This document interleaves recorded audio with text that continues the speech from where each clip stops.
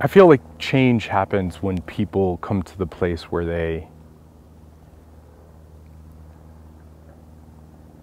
reach like a limit.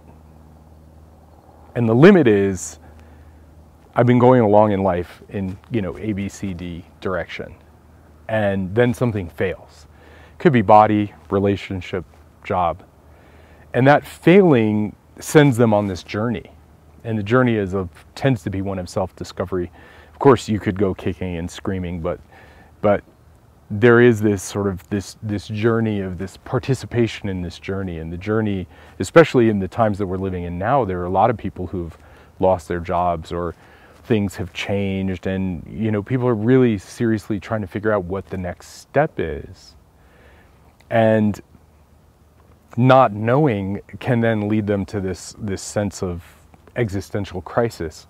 So when you feel that sense of crisis, you have two options. You can sort of say, yes, I'm going to go on the adventure, or you can say no, and you can fight it. And then that tends to be at a place where somebody needs to kind of hit bottom before they make some changes.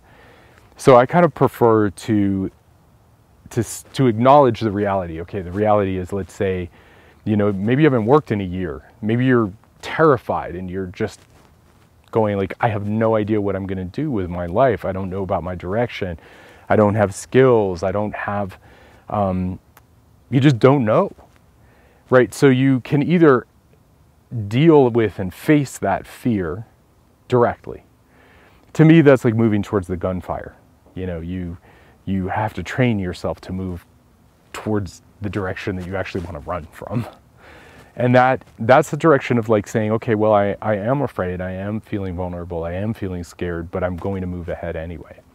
And I feel like that's the same thing, both true in life, but also in relationships, and also in your, more of a spiritual path. You're learning to move in the direction of the uncomfortable, in the sense that I feel discomfort, but discomfort is a temporary situation. And so if you move towards the discomfort, eventually that will change. And so that's the process that we're learning to do. We're learning to move towards the uncomfortable. We're learning to really face the ideas that, maybe things aren't perfect. Maybe you're not making the money you want. Maybe you're not having the love, and you're not in the relationship that you want. But to run away from that, or to stick your head under the ground and just pretend like none of that is true, or to have a health concern but pretend like there isn't one, none of these things really help us, because they're not based in reality. So the sooner you can base yourself in reality and get rid of those beliefs and the shoulds, that's kind of the way of treating ourselves, where we should do this, or I should have this figured out, or I should be in a relationship, or I should get another job. But that's kind of this old paradigm of violence, in the sense that shoulds are really just a way of shaming people and shaming ourselves. So if we can learn to be more kind and to really acknowledge, yeah, I'm terrified, but that I shouldn't be feeling something else, but in fact I want to just feel what I'm feeling.